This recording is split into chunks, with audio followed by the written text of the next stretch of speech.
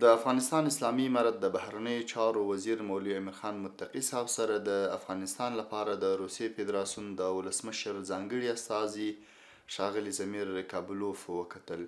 په دې ناسته کې د افغانستان او روسیې ترمنځ پر دوه اړخیزو سیاسي او اقتصادي مسایلو په دوحه کې د ملګرو ملتونو په نوښت د افغانستان لپاره د ځانګړو استازو په ګډون د راتلونکي ناستې او پر سیمه ییزو مسایلو باندې خبرې اترې وشوې.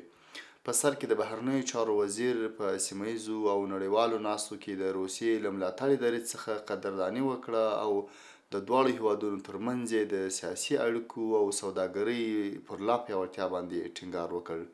متقي صاحب وویل چې د افغانستان اړیکې د سیمې له هیوادونو سره مخ پر غوړېدو دي او اوسمهال افغانستان د سیمې له نږدې ټولو هیوادونو سره فعال سفارتونه لري. د بهرنیو چارو وزیر روسیې سره د افغانستان اړیکې مهمې وبلل او ټینګار یې وکړ چې د افغانستان اوسني ځمکني واقعیتونه باید درک شي او اوس په افغانستان کې داسې شرایط نه دي واکمن چې د ملګرو ملتونو لخوا د کوم ځانګړي استازي اړتیا دې وي.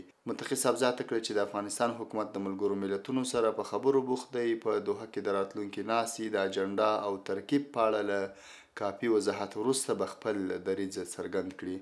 د روسیې د ولسمشر ځانګړي استازي په خپل وار ټینګار وکړ چې هر ډول ناسته چې د افغانستان په اړه جوړیږي باید د افغان حکومت هوکړه پکې اخیستل شوې وي. ښاغلي زمیر کابلوف وویل د دوحې په راتلونکي ناستې کې مهمه ده چې ملګري ملتونه د افغانستان د حکومت توافق ولري.